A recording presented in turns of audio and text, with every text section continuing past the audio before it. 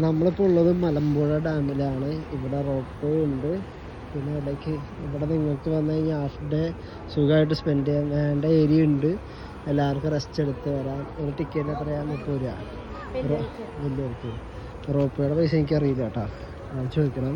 അപ്പോൾ നിങ്ങൾക്ക് ലൈക്ക് എന്തോ റോപ്പയല്ലേ ഇവിടെ ഷട്ടർ ഓർമ്മ കേട്ടോ. ഈ സമയത്ത് നിങ്ങൾക്ക് ഷട്ടർ വെള്ളം പോകുന്നതാണ്.